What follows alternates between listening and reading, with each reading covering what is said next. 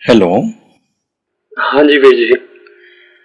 ਮੈਂ ਨਾ ਇੱਕ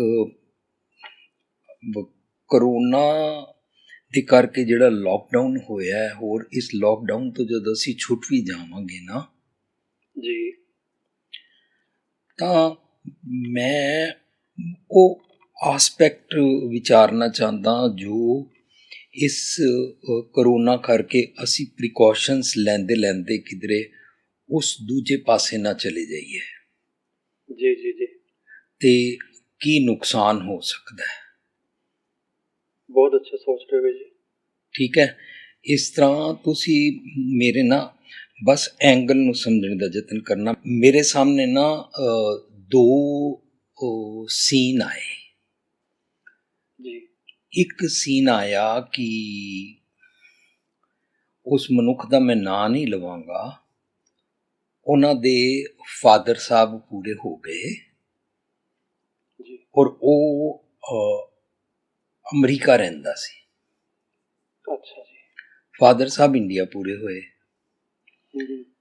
ਤੇ ਉਹ ਆਪਣੇ ਫਾਦਰ ਸਾਹਿਬ ਦੇ ਜਿਹੜੇ ਆਖਰੀ ਉਹ ਹੁੰਦੇ ਨੇ ਜਿਨ੍ਹਾਂ 'ਚ ਉਹਨੂੰ ਆਪਣੀ ਇਕੱਲੀ ਮਾਂ ਜੋ ਹੁਣ ਵਿਧਵਾ ਹੋ ਗਈ ਉਹਦਾ ਦੁੱਖ ਵੰਡਾਉਣ ਵਾਸਤੇ ਆਪਣੇ ਪਿਤਾ ਦੇ ਵਾਸਤੇ ਜੋ ਆਉਣਾ ਪੈਂਦਾ ਸੀ ਉਹਦੇ ਵਿਚਕਾਰ ਆ ਗਿਆ ਰੁਕਾਵਟ ਕੇ ਫਲਾਈਟਸ ਬੰਦ ਹੋ ਗਈਆਂ, ਲੋਕਡਾਊਨ ਹੋ ਗਿਆ ਤੇ ਉਹ ਨਹੀਂ ਆ ਸਕਿਆ।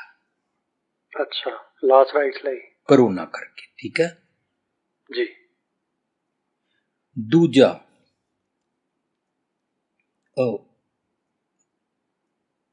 ਮੈਨੂੰ ਇੱਕ ਮੇਰੇ ਮਿੱਤਰ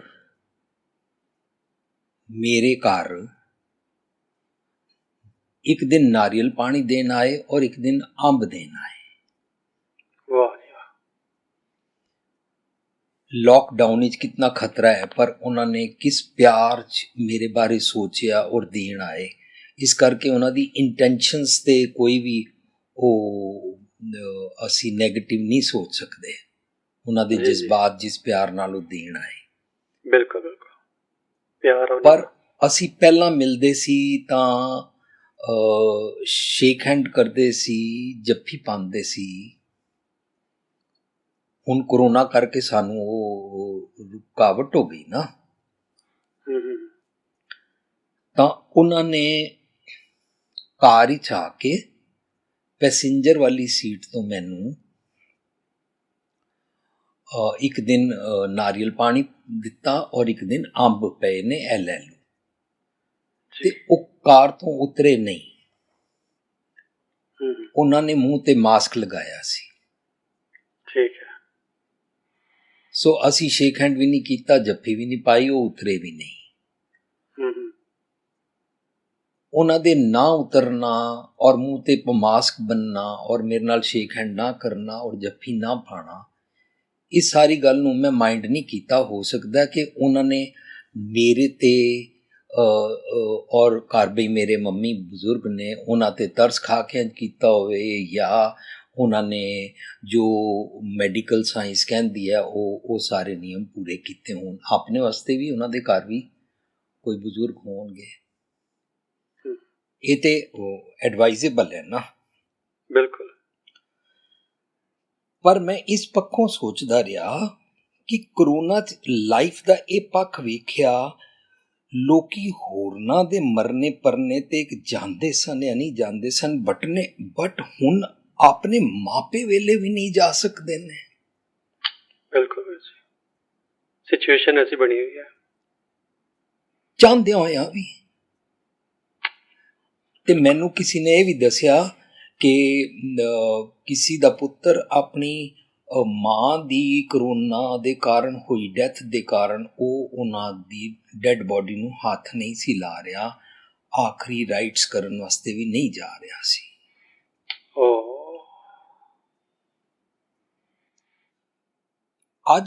ਅੱਜ ਆਖਰੀ ਇਹ ਜਿਹੜੇ ਰਾਈਟਸ ਜੋ ਵੀ ਸੈਰੇਮਨੀ ਕਰਨੀ ਹੁੰਦੀ ਹੈ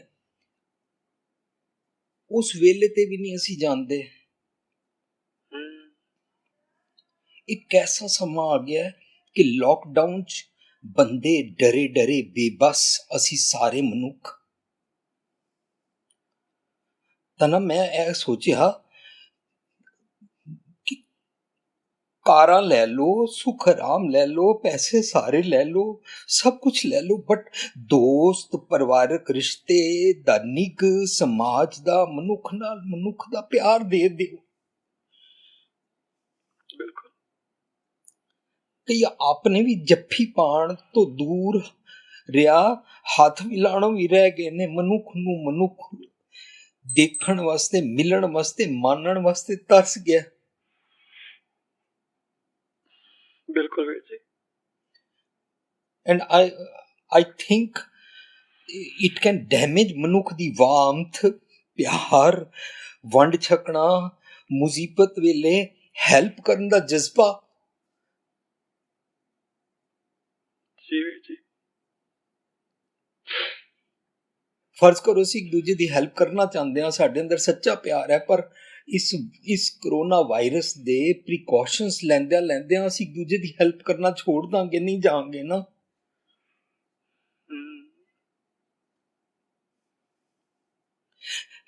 It can lead to cruelty, rudeness, depression, sadness। और जो ਇਹਨੂੰ ਬਰਦਾਸ਼ਤ ਨਾ ਕਰ ਸਕੇ ਸਭ ਕੁਝ, ਕਿ ਕਿਸ ਤਰ੍ਹਾਂ ਸਾਡੇ ਚੋਂ ਇਨਸਾਨੀਅਤ ਖਤਮ ਹੋ ਰਹੀ ਹੈ, they can commit suicide। ਬਿਲਕੁਲ ਇਹ ਤੇ ਮੈਂਟਲ ਟੌਰਚਰ ਹੈ।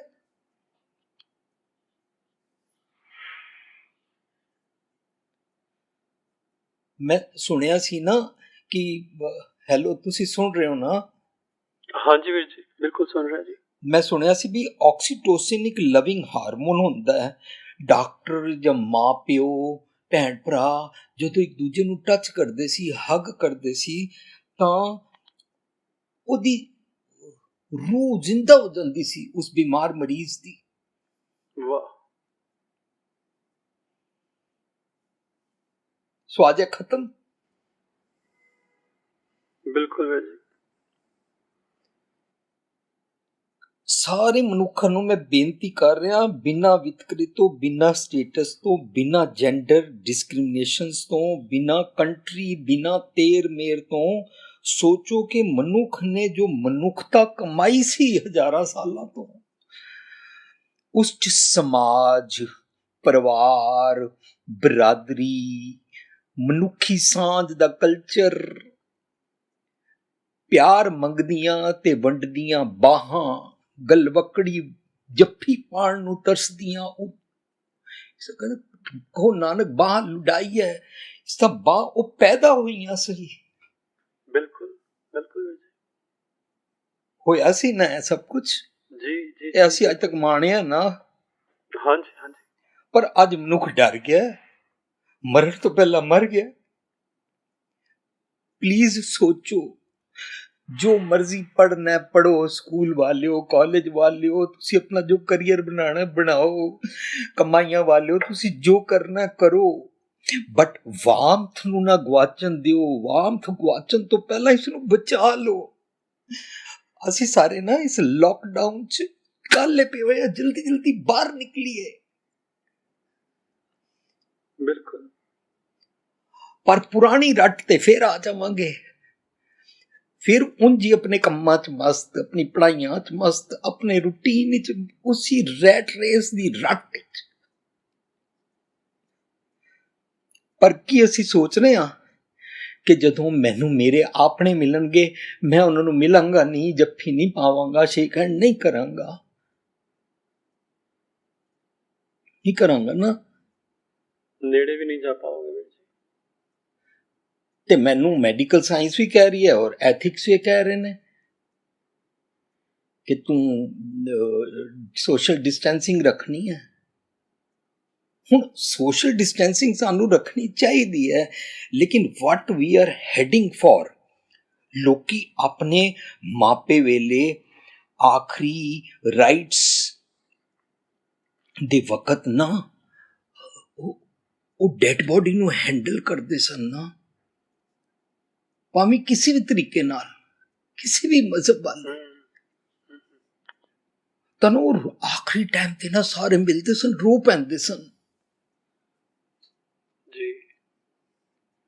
ਇਹ ਉਹਨਾਂ ਦੇ ਜਿਹੜੇ ਟੀਅਰਸ ਨਿਕਲਦੇ ਸੀ, ਉਹਨਾਂ ਦੇ ਇਮੋਸ਼ਨਸ ਐਗਜ਼ੌਸਟ ਹੁੰਦੇ ਸੀ ਨਾ, ਉਹਦੇ ਕਾਰਨ ਸੈਡਨੈਸ ਔਰ ਡਿਪਰੈਸ਼ਨ ਤੋਂ ਬਚ ਜਾਂਦੇ ਸਨ। ਬਟ ਹੁਣ ਤੇ ਖੁਸ਼ੀ, ਗਮੀ, ਵਿਆਹ, ਡੈਥ ਵੇਲੇ ਅਸੀਂ ਸਾਰਿਆਂ ਦਾ ਸਿਸਟਮ ਹੁਣ ਬਦਲ ਜਾਏਗਾ।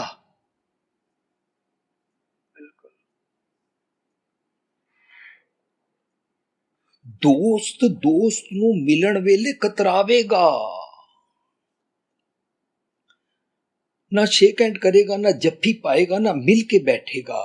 ਭੈਣ ਭਰਾ, ਬੱਚੇ ਵੱਡੇ ਇੱਕ ਦੂਜੇ ਦੇ ਨਾਲ ਦੂਰੀ ਬਣਾਉਣਗੇ। ਜੇ ਨਾਲ ਦੇ ਕਮਰੇ ਅੰਦਰ ਵੀ ਹੋਏਗਾ ਨਾ ਤੇ ਉਹਦੇ ਕਮਰੇ ਅੰਦਰ ਨਹੀਂ ਜਾਣਗੇ। ਮਨ ਤੇ ਲੱਗਦਾ ਹੈ ਸਭ ਕੁਝ ਖੁਦਗਰਜ਼ੀ, ਡਰ ਔਰ ਸਦੀਵੀ ਜੀਣ ਦਾ ਭਰਮ ਨੇ ਹੈ ਸਾਡੇ ਕੋਲੋਂ ਕਰਾ ਲਿਆ ਕਿ ਨਹੀਂ? ਬਿਲਕੁਲ ਵੀਰ ਜੀ, ਬਹੁਤ ਇੰਪੋਰਟੈਂਟ ਪੁਆਇੰਟ ਤੇ ਬੋਲ ਰਹੇ ਹੋ। ਮੈਂ ਕਿਸੇ ਨੂੰ ਜੱਜ ਨਹੀਂ ਕਰ ਰਿਹਾ,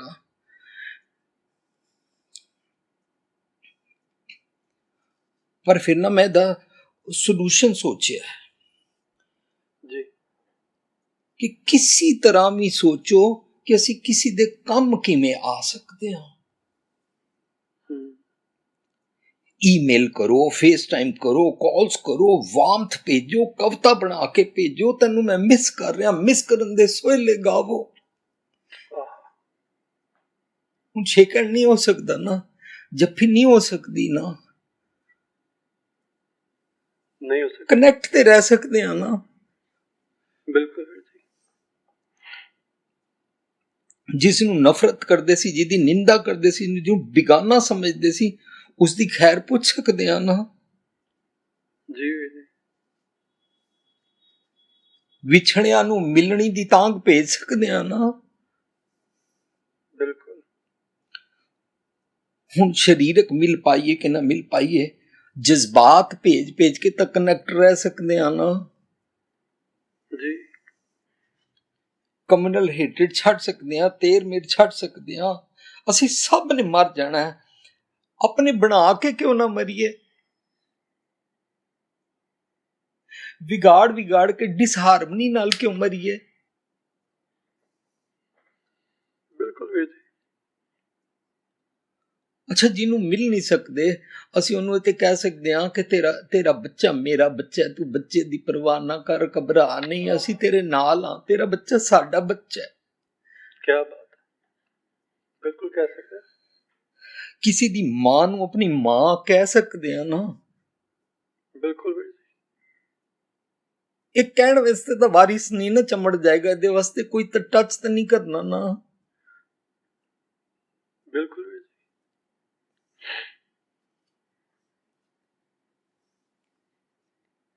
ਕਿਸੇ ਲੋੜਵੰਦ ਨੂੰ ਆਪਣਾਪਨ ਭੇਜ ਸਕਦੇ ਆ ਨਾ। ਹਾਂਜੀ ਵੀਰ ਜੀ।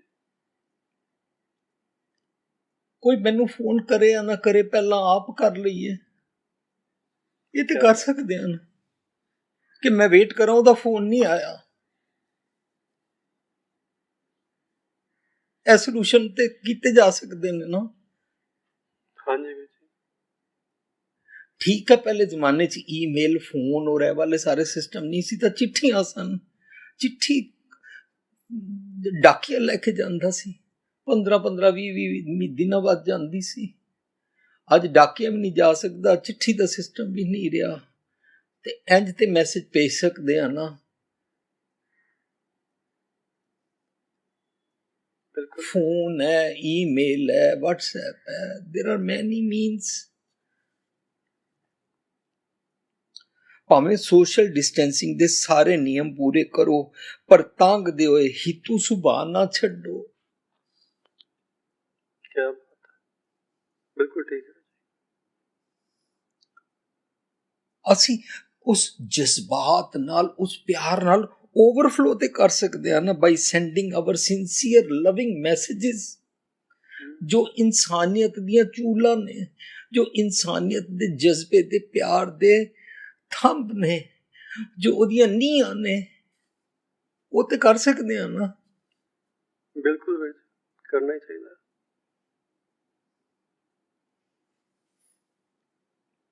ਇੱਕ ਨਾ ਸਟੇਟਮੈਂਟ ਇੰਗਲਿਸ਼ ਦੀ ਬਣੀ ਹੋਈ ਸੀ, out of sight is out of mind, ਹਾਂਜੀ ਹੈ ਨਾ। ਮੈਂ ਚਾਹੁੰਦਾ ਇਹਨੂੰ ਬਦਲ ਦਈਏ, ਆਊਟ ਆਫ ਸਾਈਟ ਤੇ ਹੁਣ ਸਾਰੇ ਹੋ ਗਏ, ਪਰ ਹੁਣ ਆਊਟ ਆਫ ਮਾਈਂਡ ਨਾ ਹੋਣ ਦਈਏ। ਰਾਈਟ ਵੀ ਜੀ।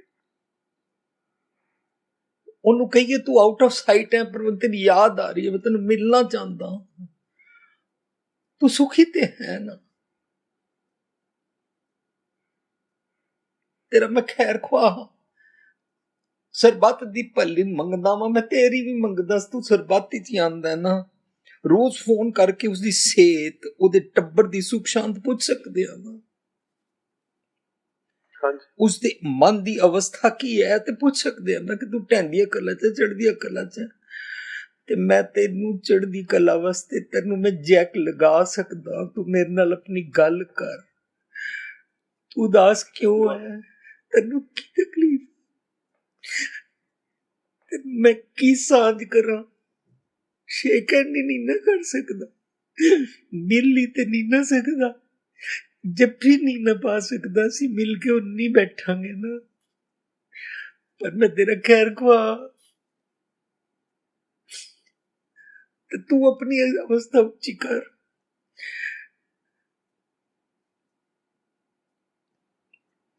ਇਹ ਤੇ ਕਰ ਸਕਦੇ ਆ ਨਾ। ਹੈਲੋ, ਅਸੀਂ ਲੱਭ ਲੱਭ ਕੇ ਗਰੀਬਾਂ ਦੀਆਂ ਜੋ ਉਹਨਾਂ ਦੀਆਂ ਲੋੜਾਂ ਨੇ, ਜੋ ਉਹਨਾਂ ਵਾਸਤੇ ਵਸੀਲੇ ਬਣਾਏ ਜਾ ਸਕਦੇ ਨੇ, ਉਹਦੇ ਬਾਰੇ ਸੋਚ ਤੇ ਸਕਦੇ ਆ ਨਾ। ਬਿਲਕੁਲ। If you can dream it, you can achieve it. ਅਸੀਂ ਸੋਚ ਸਕਦੇ ਹਾਂ ਤੇ ਉਹ ਕਿਸੇ ਦਿਨ ਅਪਲਾਈ ਵੀ ਹੋ ਹੀ ਜਾਏਗਾ। ਮੰਦੇ ਖਿਆਲਾਂ ਤੋਂ ਸੁਚੇਤ ਹੋ ਸਕਦੇ ਹਾਂ, ਪਰ ਚੰਗੇ ਚੰਗੇ ਖਿਆਲ ਦੂਜਿਆਂ ਨੂੰ ਫੋਨ ਕਰਕੇ ਆਲ ਮੀਨਸ ਦੇ ਨਾਲ ਵੰਡ ਕੇ ਭੇਜ ਤੇ ਸਕਦੇ ਹਾਂ। ਹਾਂਜੀ, ਇੱਕ ਦੂਜੇ ਨੂੰ ਸੁਝਾਅ ਤੇ ਦੇ ਸਕਦੇ ਹਾਂ ਨਾ। ਸਾਰਾ ਦਿਨ ਅਸੀਂ ਕਰੋਨਾ ਦੀ ਖਬਰਾਂ ਸੁਣ ਰਹੇ ਹਾਂ, ਕਿੰਨੇ ਮਰ ਗਏ, ਕੀ ਇਖਤਿਆਰ, ਕੀ ਪ੍ਰੀਕਾਸ਼ਨਸ ਲਵੋ, ਕਿਹੜੇ ਦੇਸ਼ ਵਿੱਚ ਕਿੰਨੇ ਮਰ ਗਏ, ਇੱਕ ਦੂਜੇ ਨੂੰ ਇਹ ਮੈਸੇਜ ਫਾਰਵਰਡ ਕਰ ਰਹੇ ਹਾਂ, ਜਾਂ ਸਾਰਾ ਦਿਨ ਟੀਵੀ ਹੈ ਚੱਲ ਰਿਹਾ, ਪਰ ਅਸੀਂ ਇੱਕ ਦੂਜੇ ਦੇ ਉਹਦੀ ਆਤਮਿਕ ਸਥਿਤੀ ਕੀ ਹੈ ਉਹਦੇ ਬਾਰੇ ਤਾਂ ਕੰਸਰਨ ਹੀ ਨਹੀਂ ਨਾ ਰਹੇ, ਸੁਝਾਅ ਵੀ ਨਹੀਂ ਦੇ ਰਹੇ ਇੱਕ ਦੂਜੇ ਨੂੰ। ਇੰਜ ਟੁੱਟ ਕੇ ਇੱਕ ਦੂਜੇ ਤੋਂ ਦੂਰ ਹੋ ਗਏ।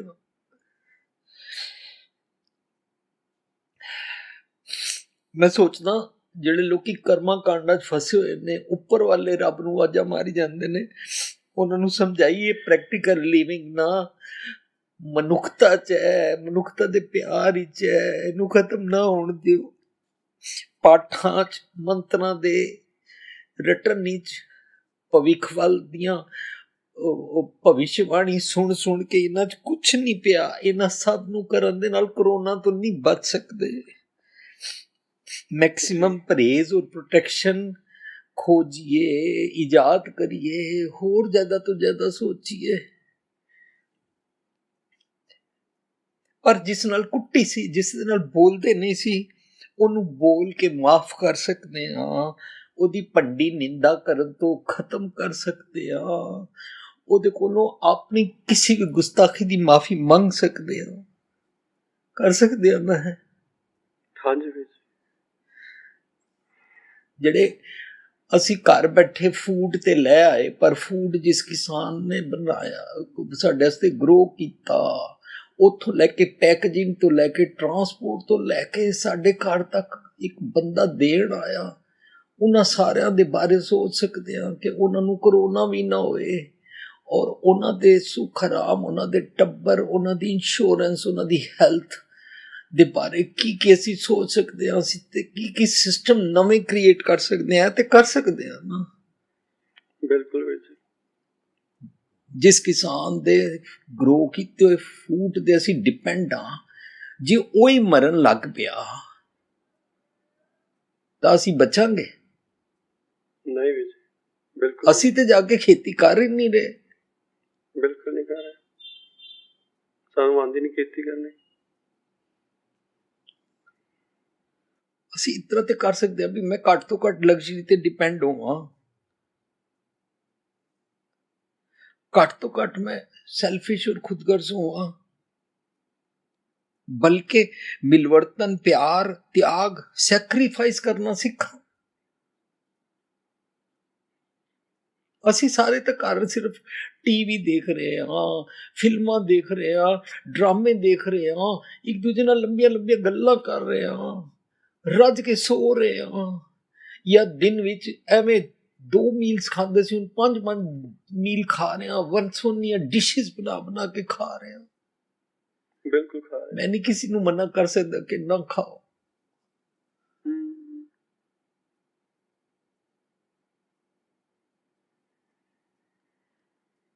ਤੇ ਨਾ ਮੈਂ ਅਖੀਰ ਤੇ ਇਹ ਸੈਂਟੈਂਸ ਕਹਿਣਾ ਚਾਹੁੰਦਾ, ਹੱਸਦੇ ਹੱਸਦੇ ਨਾ ਕਰੋਨਾ ਦੀ ਸੂਲੀ ਤੇ ਚੜ ਜਾਓ, ਪਰ ਇਨਸਾਨੀਅਤ ਦੀ ਵਾਮਤ ਦੀ ਫਾਂਸੀ ਨਾ ਹੋਣ ਦਿਓ।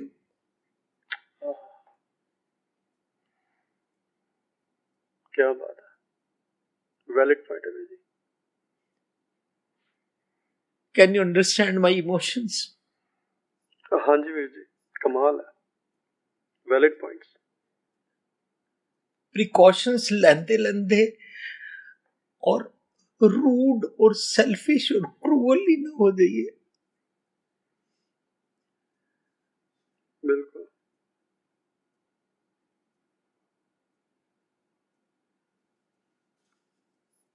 जी हाँ जी वीर जी, बिल्कुल ठीक कह रहे।